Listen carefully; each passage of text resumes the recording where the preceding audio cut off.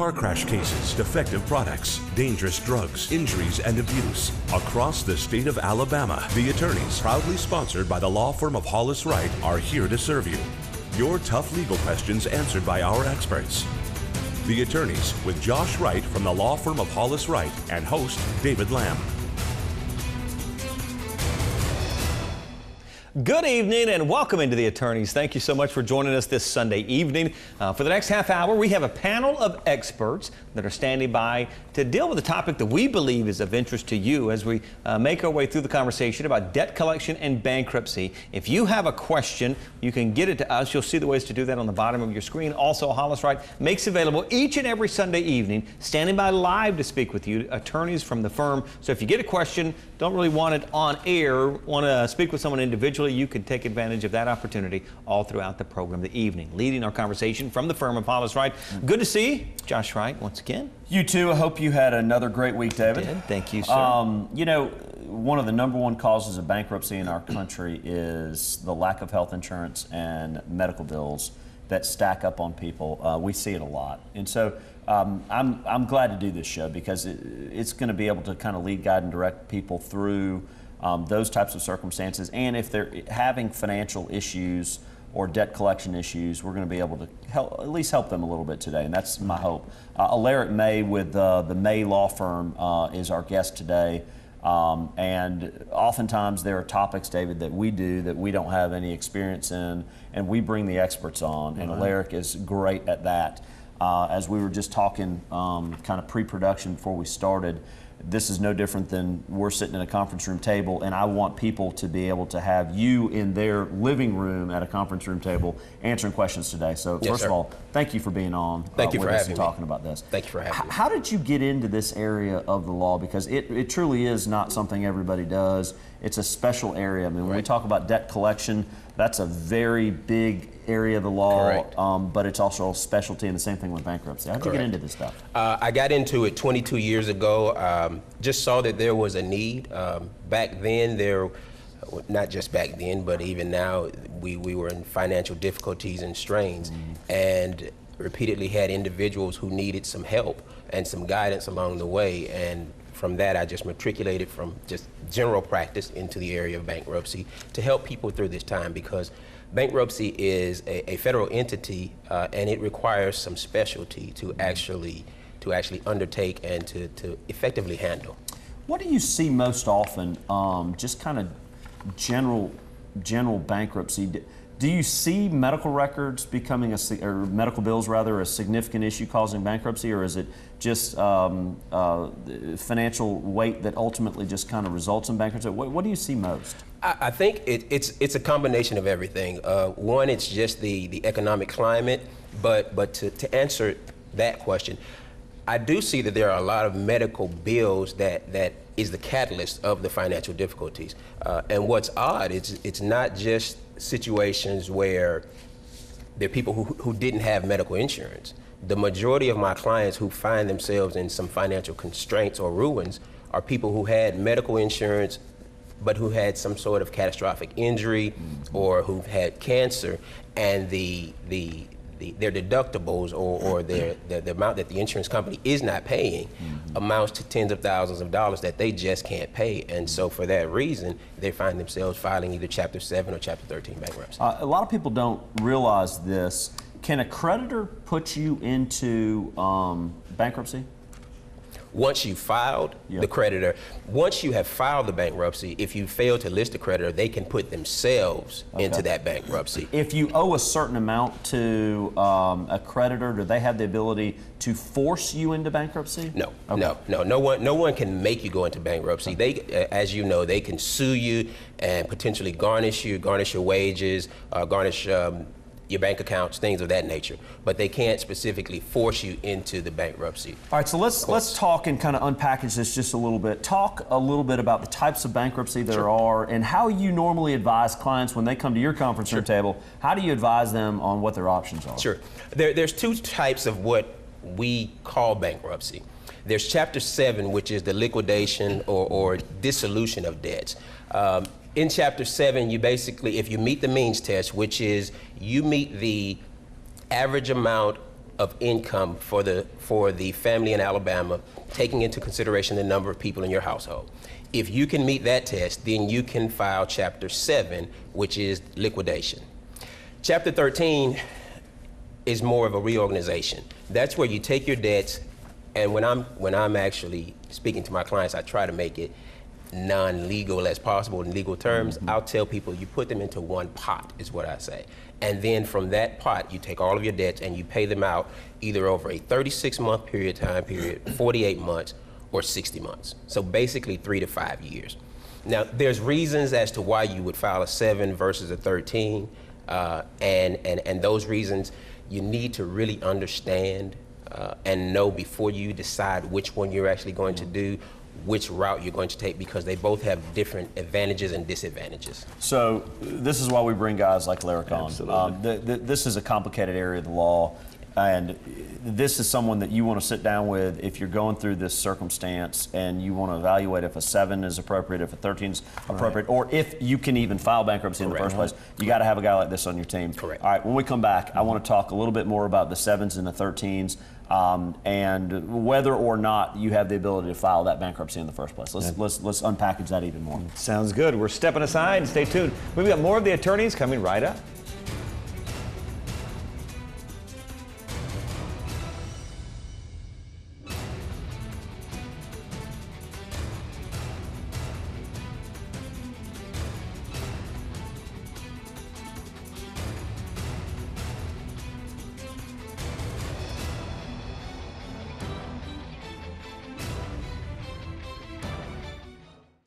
I'm Josh Wright with the law firm of Hollis Wright, a personal injury law firm.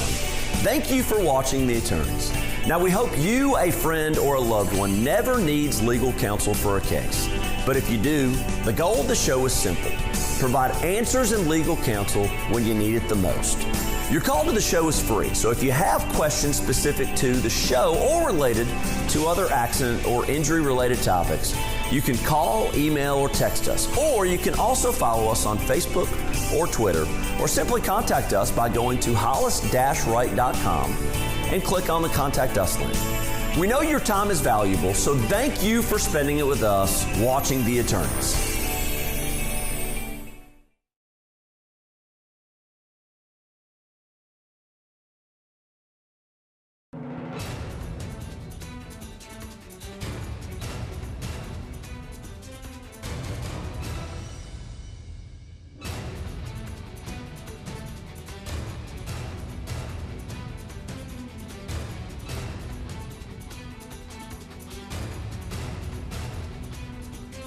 Welcome back into The Attorneys. Some really good questions come in each and every Sunday evening. Don't forget, attorneys from Hollis Wright standing by even as we speak, just to speak with you. So take advantage of that opportunity to speak with an attorney live. Hey, a neat contest that we're doing, running through the big matchup between Alabama and Auburn. If you're not, you need to like and follow the Hollis Wright page. If you search Hollis Wright, you'll find it on Facebook, and if you do that, chances to win some cool tickets. Well, you know, David, here's the thing. We gave away iPad last time, and we're giving away the Auburn, Alabama tickets now for those that go to the Hollis Wright Facebook page. If they like the page and they share the post related to this contest, it enters them in the contest itself. You're entered to win. Maybe they can win the tickets.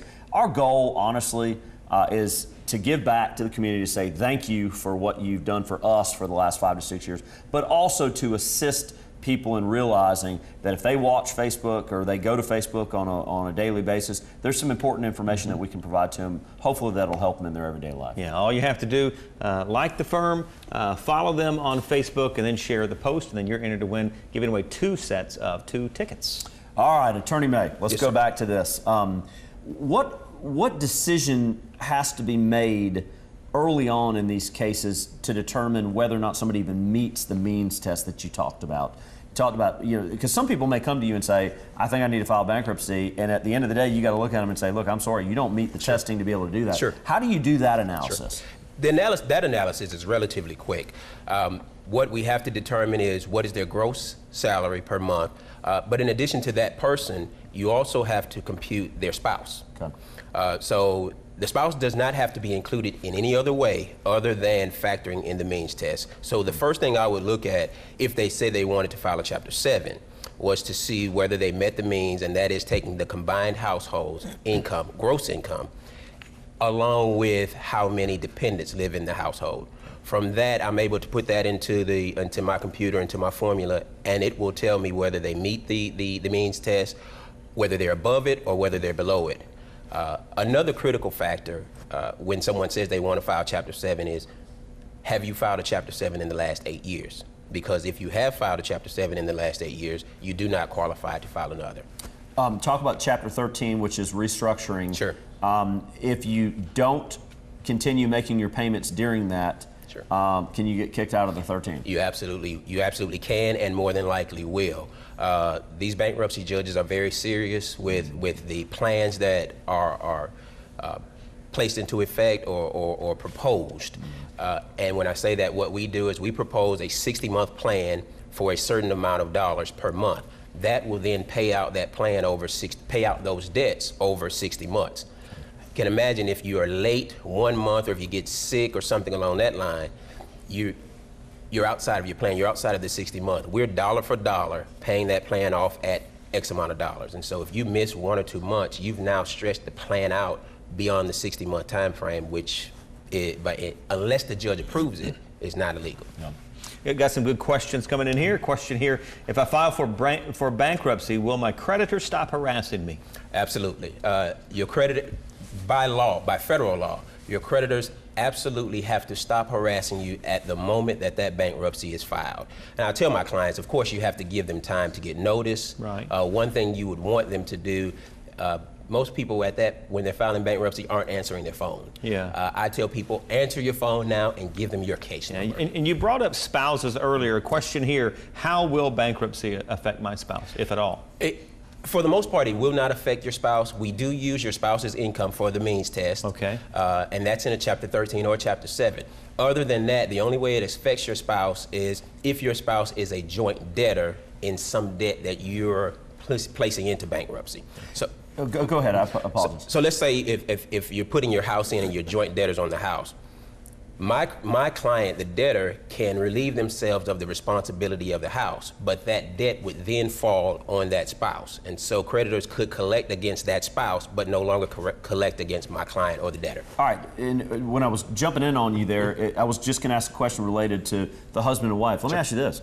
Can a husband file bankruptcy and the wife not file bankruptcy? Absolutely. Okay. Happens every day, all the time. There's different reasons as to why you might or might not do that. Mm-hmm. The only thing to take into consideration is, again, the fact that the creditor can come or can seek relief from the non-filing spouse. So you may leave your husband or wife on the hook and take yourself off. Do you talk about, with these bankruptcies, how a person has the ability to work to get their credit back in line over a time frame? Because I'm assuming that's got to be something that someone's concerned about when they file bankruptcy. Is where's my credit going to be? Can I buy a house? Can I buy a car? You got to kind of lead, guide, and direct them through that process. Yes. And that's something that I'm religious at doing, just because I know down the road that person is, of course, going to want to be credit worthy, and that's very important to them.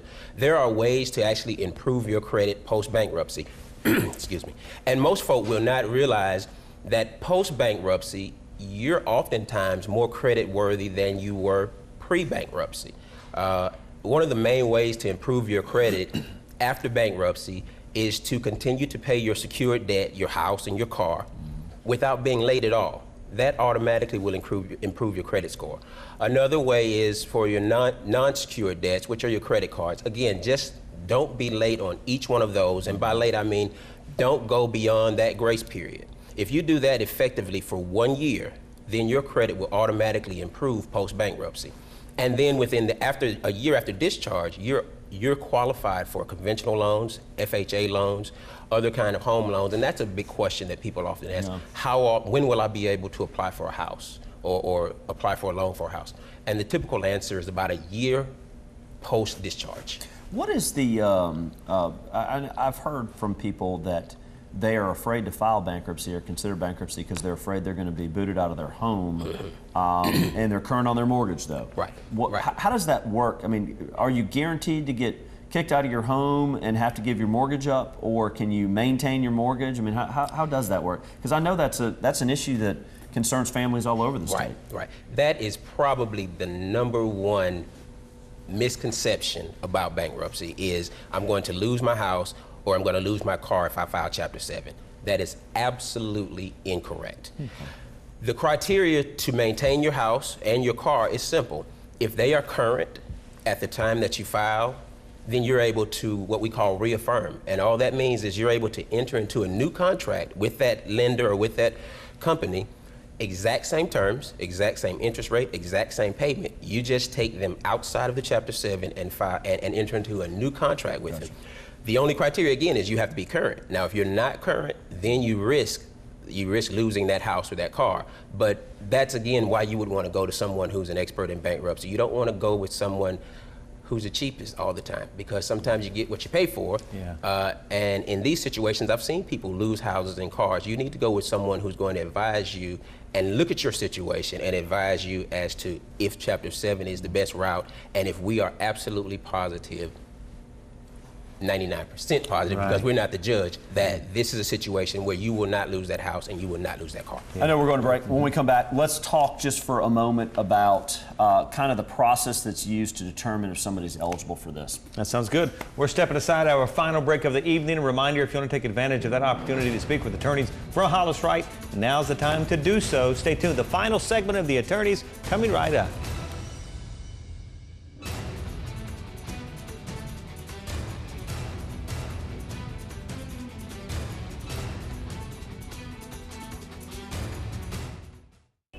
I'm Tyler Vail with the law firm of Hollis Wright. In court, attorneys are not allowed to tell juries certain things. For example, we cannot talk about a defendant's net worth, meaning the defendant's ability, resources, or insurance to pay a verdict. In this week's Legal 411, we're answering the question, why can't lawyers talk about a defendant's net worth to a jury? Rule 403 of the Alabama Rules of Evidence states, although relevant, evidence may be excluded if its probative value is substantially outweighed by the danger of unfair prejudice, confusion of the issues, or misleading the jury, or by considerations of undue delay, waste of time, or needless presentation of cumulative evidence. Long-standing Alabama cases have held that the net worth of a defendant falls under this catch-all rule. The reasoning behind the rule is that if a jury knows a defendant is wealthy, then the jury might award more money to the plaintiff. And this goes one step further. If an attorney makes any remarks that suggest the defendant is responsible because he is rich and the plaintiff is poor, that can be grounds for a new trial. If you're ever on a jury, the reality in our state is this. In almost every lawsuit that goes to trial, the attorneys representing both the plaintiff and the defendant have already looked at whether there is sufficient insurance coverage or assets to satisfy a verdict. The reality is this. The parties would not pursue a civil lawsuit if damages could not be paid after a jury returns a verdict. So even though lawyers cannot mention the net worth of a defendant during a trial, there could still be resources available to pay a verdict in court. Please remember, your call, email, or text to the attorneys is free. All of us at Hollis Wright want to help answer your questions on real issues you face. Remember, a competent lawyer will respond to every question you send in. That's our pledge and promise to you.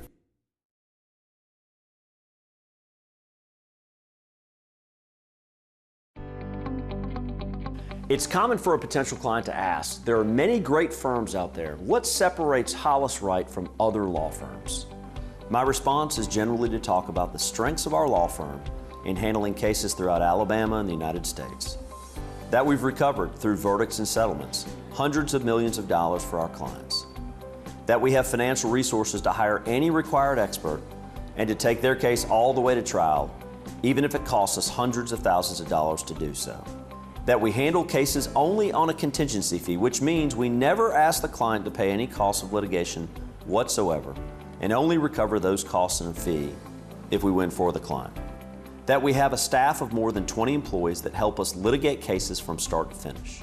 That we've had a television show on NBC 13 for 6 years, that answers thousands of questions to citizens for free each year. But what I've learned in the last 20 years as a trial lawyer is that clients want more and deserve more than all those things. Those things are expected of each law firm they consider. So with that wisdom, what I tell clients now is simply this. We are a family-oriented practice at Hollis Wright, just like their own family. That we are a team-oriented group that engages in team-building exercises and team-building events because it helps our clients win cases. That we are dads and moms and brothers and sisters. That we are former Alabama trial lawyer presidents. That our bedside manner is second to none. So what really separates our firm from others? We're balanced and well-rounded, and as such, we relate to people not just as lawyers, but as compassionate human beings. Human beings that know what it's like to face a day in court. We are advocates, we are compassionate, we are tireless. We are, simply put, Hollis Wright.